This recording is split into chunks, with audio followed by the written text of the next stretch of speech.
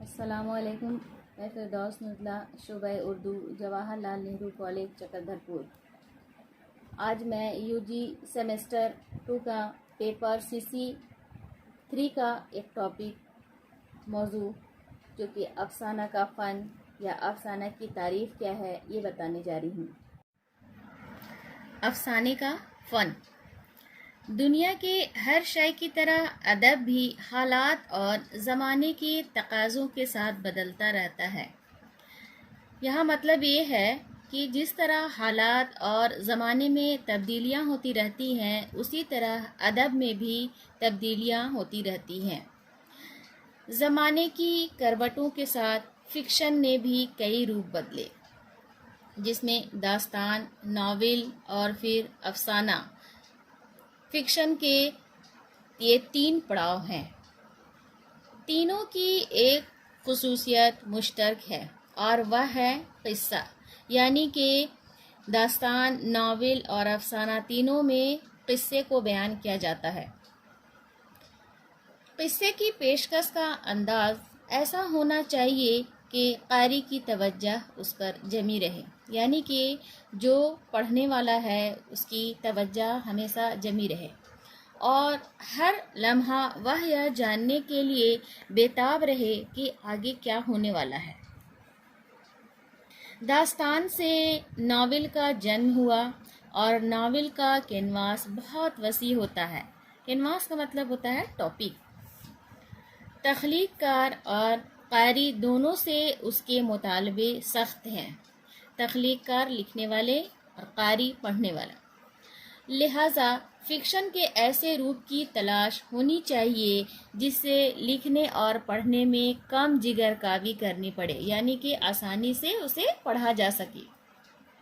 اس تلاش کے نتیجے میں مختصر افسانہ وجود میں آیا.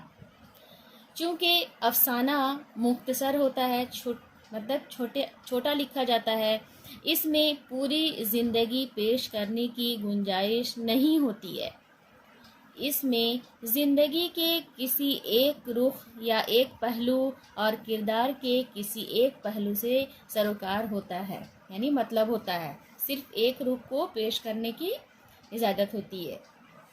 اب ہم دیکھتے ہیں کہ افسانے کے اجزائے ترکیبی کیا ہیں، یعنی کہ وہ کون سی ضروری چیزیں ہیں جو ایک افسانے کو لکھنے کے لیے نہایت ہی ضروری مانی جاتی ہے.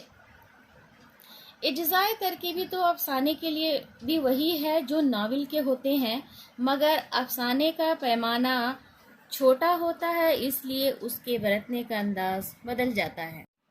اب ہم افسانے کے اجزائے ترکیبی کے بارے میں دیکھتے ہیں کہ سب سے پہلا پوائنٹ کیا ہے. سب سے پہلا حصہ پلاٹ. اچھے افسانہ کی شناخت یہ ہے کہ اس میں ایک لفظ بھی غیر ضروری نہ ہو، کیونکہ اس سے افسانے میں جھول پیدا ہو جاتا ہے اور قاری کی توجہ مرکزی خیال پر مرکوز نہیں رہ پاتی، یعنی ٹک نہیں پاتی. انتشار اور پراگندہ بیانی سے افسانے کے اثر پذیری کے لیے ضروری ہے، کیونکہ انتشار منتشر ہونا اور پراگندہ کا مطلب بکھرا ہوا، یعنی کہانی میں بکھراؤ نہیں ہونا چاہیے. مختصر افسانے میں جو کچھ پیش کیا جاتا ہے اس میں ترتیب نقشہ کا خیال رکھا جاتا ہے، اس سے افسانہ آگے بڑھتا ہے اور اسی کا نام پلاٹ ہے. واقعات میں پہلے سے ترتیب قائم کر لی جائے تو افسانہ نگار ادھر ادھر بھٹکنے سے بچتا ہے، مرکزی خیال پر اس کی نظر جمی رہتی ہے. اب ہمارا دوسرا پوائنٹ ہے حصہ کردار. ناول کے مقابلے افسانے کا پیمانہ مختصر ہونے کے سبب افسانہ نگار کی دشواریاں زیادہ ہوتی ہے. ناول نگار کو مختلف زاویوں سے کردار پر روشنی ڈالنے اور اجاگر کرنے کا موقع ملتا ہے، جبکہ افسانہ نگار کردار کا کوئی ایک پہلو ہی کامیابی کے ساتھ پیش کر سکتا ہے. افسانہ نگار کو بڑی محنت کر کے کردار کو اس طرح تراشنا پڑتا ہے کہ وہ قاری کے دل میں گھر کر سکے۔ ناول کے مقابلے افسانہ میں کردار کے ارتقاء دکھانے کی گنجائش کم ہوتی ہے۔ پریم چند کے افسانہ ریور کا ڈبہ، نمک کا داروغہ، منٹو، سعادت حسن منٹو کا نیا قانون اور باپو گوپی ناتھ اس کی اچھی مثالیں ہیں۔ یعنی کہ یہاں کردار میں یہ بتائی جا رہی ہے کہ افسانہ میں کردار پلاٹ سے کم اہم نہیں ہے۔ افسانہ میں جو واقعات پیش آتے ہیں وہ کسی نہ کسی کردار کے سہارے پیش آتے ہیں۔ اس لیے افسانے میں کردار نگاری کو ایک اہم مقام حاصل ہے۔ ناول نگار کی یہ سہولیت ہوتی ہے کہ وہ کردار کے مختلف زاویوں پر روشنی ڈال سکے، لیکن افسانہ نگار کا پیمانہ محدود نہیں ہوتا، اس لیے افسانہ نگار کردار کا ہر رخ پیش نہیں کر سکتا۔ وہ کسی نہ کسی ایک زاویے سے روشنی ڈال کر اس کا کوئی اہم پہلو نمایاں کرتا ہے۔ کردار دو طرح کے ہوتے ہیں۔ یہ کردار فطرتی انسان کے خلاف ہوتا ہے۔ اچھا اور سچا کردار وہی ہے جو حالات کے ساتھ تبدیل ہوتا رہتا ہے۔ ایسا بھی نہ ہو کہ کردار صرف خوبیوں اور اصلی انسانوں کے جیسا ہو۔ یعنی کہ یہی پہ کردار کے بارے میں یہی بتایا گیا ہے۔ اب ہم اپنا اگلا حصہ دیکھتے ہیں، نقطۂ نظر۔ ایک اچھا فنکار اپنا نقطۂ نظر کسی پر یعنی کہ پڑھنے والے قاری پر کبھی بھی نہیں تھوپتا۔ اس کی کوشش یہ ہوتی ہے کہ وہ کھل کر کچھ نہ کہے، بلکہ اپنی تخلیق کو اس طرح پیش کرے کہ فنکار کے دل کی بات آپ سے آپ قاری کے دل میں آ جائے۔ مثلا منٹو نے ہندو مسلم فسادات سے متعلق افسانے سیاہ حاشیے، یہ سعادت حسین منٹو کا ایک افسانہ ہے سیاہ حاشیے، اس طرح پیش کیے کہ قاری کو فرقہ پرستی سے نفرت ہو جاتی ہے۔ پریم چند کے نمک کا داروغہ پڑھ کر ہمارے دل میں دیانت داری اور اصول پرستی کی قدر بڑھ جاتی ہے۔ یہاں میں یہ بتانا چاہوں گی کہ ہر افسانے کا ایک اپنا نقطۂ نظر ہوتا ہے۔ فنکار نقطۂ نظر پر خاص نظر رکھتا ہے۔ نقطۂ نظر کی پیشکش کے لیے ہی فنکار اپنی تخلیق کو جنم دیتا ہے۔ جیسے کہ اگر مثال کے طور پر کہا جائے تو پچھڑے طبقے کی خستہ حالی نے پریم چند کو رنج پہنچایا تو انہوں نے کئی افسانے لکھ ڈالے۔ مولوی نذیر احمد نے محسوس کیا کہ ہندوستانیوں کو انگریزوں کی نقل نہیں کرنی چاہیے۔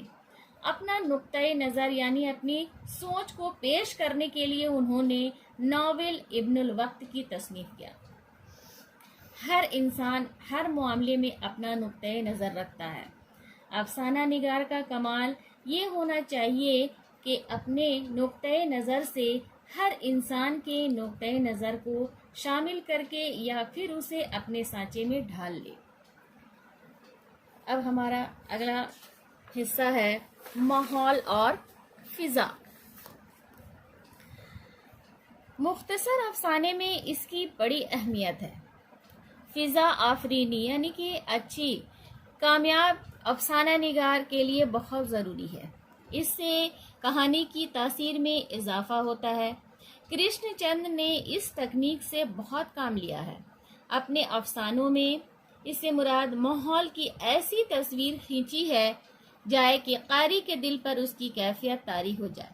یعنی کہ مثلا افسانے کا موضوع غریبی ہے تو غربت اور غریبوں کے رہن سہن کی ایسی تصویر کشی کی جائے کہ قاری کو غریبوں سے ہمدردی ہو جائے۔ اس پر خاص توجہ کرنے والے افسانہ نگاروں نے زیادہ کامیاب افسانے پیش کیے ہیں۔ یعنی کہ ٹاپک کے حساب سے ماحول دکھائی جائے۔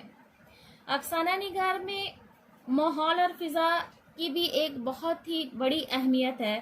دراصل کہانی میں ماحول کی تصویر اس طرح کھینچی جاتی ہے کہ اس سے اس کی فضا ابھر آئے جو افسانہ نگار پیش کرنا چاہتا ہے۔ ضرورت کے مطابق وہ غم ہو، خوشی ہو، خوف ہو، حیرت ہو، اداسی کا ماحول، سب زدہ اور چاندنی رات پرمسرت ماحول کو جنم دیتے ہیں۔ ضروری نہیں کہ پوری کہانی میں یکساں ماحول مطلب ایک جیسا ماحول رہے، ضروری کے مطابق اس میں تبدیلی ہوتی رہتی ہے۔ کہانی کی تعمیر میں فضا آفرینی کا بڑا ہاتھ ہوتا ہے، کیونکہ یہ فضا افسانہ کی تعمیر میں نہایت اہم رول ادا کرتی ہے۔ اس طرح فنکار جتنا توجہ دے گا اتنا ہی کامیاب رہے گا۔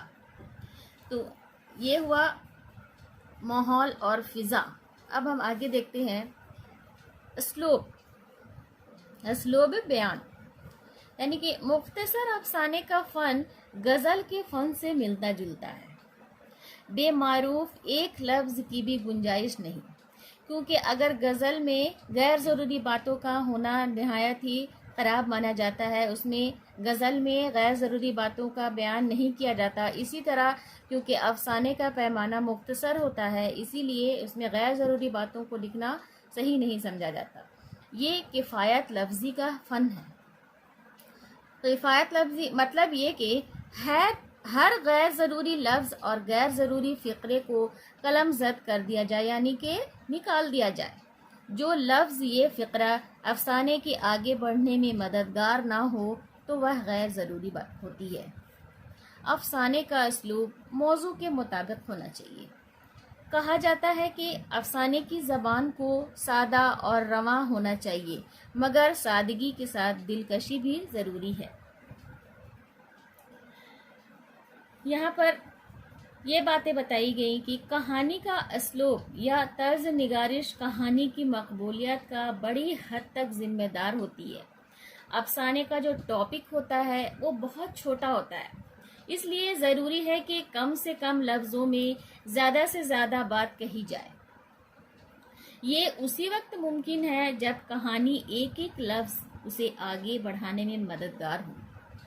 افسانے کی زبان بہت شگفتہ اور دلنشیں ہونی چاہیے تاکہ پڑھنے والے شروع سے آخر تک پوری طرح اس کی گرفت میں رہے۔ قاری کو اسلوب بیان، دلکش انداز بیان اور تجسس گرفت میں رکھتا ہے۔ اب کیا ہونے والا ہے، اب کیا واقعہ پیش آنے والا ہے، یہ برقراری قاری کو باندھے رکھتا ہے۔ اسی لیے افسانے کی زبان میں سادگی کے ساتھ دلکشی ہو تو وہ افسانے کے لیے نہایت موزوں رہتی ہے۔ اب ہمارا اگلا حصہ ہے آغاز و اختتام۔ آغاز مطلب شروعات اور اختتام مطلب انجام یا آخر۔ آغاز و اختتام پر بھی افسانے کی کامیابی اور ناکامی کا مدار ہے۔ آغاز ایسی ہو کہ قاری فوراً متوجہ ہو جائے، اور جب کہانی ختم ہو تو اس طرح کہ پڑھنے والا مدتوں اسے بھول نہ پائے۔ بعض روس افسانہ نگاروں نے ایسی کہانیاں لکھی جو کاغذ پر ختم ہو گئی تو قاری کے ذہن میں شروع ہو گئی، یعنی ان کے ذہن میں ایسا سوالیہ نشان ابھر کر آئے کہ مدتوں اسے ڈھونڈنا مشکل ہو۔ اگلا حصہ ہے وحدت تاثیر کو کہانی کا اساس کہا جاتا ہے۔ اساس کا مطلب ہوتا ہے بنیاد۔ کچھ دنوں تک شدید مخالفت ہوئی، لیکن پھر اسے افسانے میں استعمال کیا جانے لگا۔ اس سے مراد افسانے سے قاری کے ذہن کو کوئی ایک کیفیت طاری ہو۔